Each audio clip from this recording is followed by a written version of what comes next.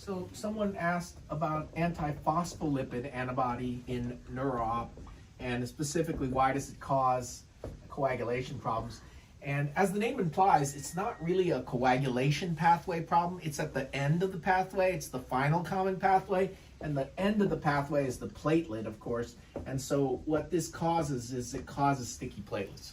So it's at the end of the pathway. It's not really in the intrinsic or extrinsic coagulation pathway. It doesn't really have anything to do with coagulation factors. It's at the end that the antiphospholipid antibody causes the thrombosis. And the way it comes to us is central retinal artery occlusion or central retinal vein occlusion, because antiphospholipid can present on either the arterial or the venous side.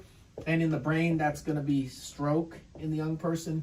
And because it causes thrombosis, it can present to us as papilledema from cortical venous sinus thrombosis that can mimic IIH.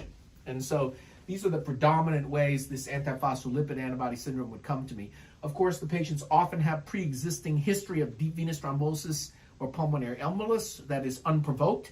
And in females, we're going to ask about eclampsia, preeclampsia, and pregnancy, and prior spontaneous miscarriages, 3 or more less than 10 weeks, or even a single one with placental insufficiency after 10 weeks. And so those are the history things that we're going to be looking for. And in regards to the specific question, why would it cause this? So the antiphospholipid antibody, it's antibody against that phospholipid. And so the glycoprotein 2B is on the endothelium here, and that is serving as the scaffold that will lead to the sticky platelets, and the antibody is what's causing this cascade to occur. And so the thrombosis is occurring because of the antibody on the phospholipid that is associated with the sticky platelet that binds to the endothelium at the glycoprotein 2B, leading to the thrombosis on either the arterial or venous side.